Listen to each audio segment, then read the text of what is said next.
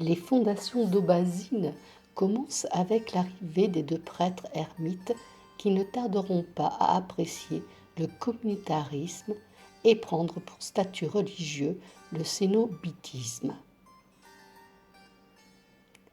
Étienne de Vielzeau, saint Étienne d'Aubazine et Pierre créèrent cette nouvelle communauté et se déplacera à Aubazine, lieu de notre périple aujourd'hui.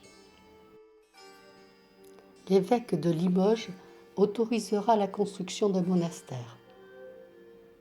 La construction d'un canal d'alimentation en eau fut nécessaire à la vie monastique, à l'hygiène, à faire tourner les moulins pour faire du pain, à irriguer les champs et les potagers. Ce canal est connu de nos jours sous le nom de canal des moines. Le moine va séparer la communauté en deux. Les hommes sur un versant et les femmes à Coiroux tout à côté. Étienne se fait cistercien et demande à l'abbaye de Dallon de bien vouloir envoyer des moines pour apprendre les us et coutumes des cistériens. La communauté grandit rapidement et Étienne commence à faire des miracles comme multiplier les pains en période de famine. Il va guérir les infirmes par exemple. Et quand il meurt, le 8 mars 1159, on le ramène rapidement, suivi de près par le peuple désiré de voir un ultime miracle. En 1279, le corps d'Étienne sera inhumé dans la salle capitulaire de l'abbatiale, dans le tombeau que l'on voit de nos jours.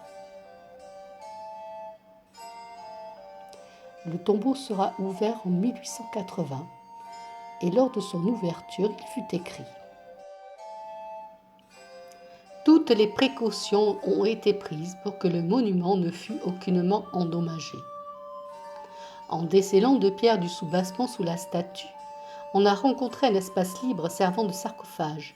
Là, dans une boîte en plomb, détériorée par le temps, on a retrouvé des ossements humains. Évidemment, on était en présence des reliques du saint. Malgré le plus minutieux examen, on n'a découvert aucune trace laissant soupçonner que le sépulcre ait été fouillé depuis l'époque lointaine où les restes du bienheureux, de la salle capitulaire où il avait été d'abord inhumé, furent transférés dans le tombeau qu'on voit dans l'église. Certains diront que ces restes étaient intacts, mais en fait, ils étaient tous là et dans un état logique d'une mort de plus de 700 ans. Aujourd'hui, Aubazine est connue pour son abbaye cistercienne, mais aussi par la présence de la petite Gabrielle Chanel, qui fut pensionnaire durant son adolescence à l'orphelinat de la congrégation de Saint-Cœur de Marie, qui occupait alors le monastère d'Aubazine. C'est là qu'elle fut initiée à la couture, et son inspiration future viendra de l'austérité dans laquelle elle vécut. D'ailleurs, le sigle des 2C se retrouve sur le vitrail de l'abbaye.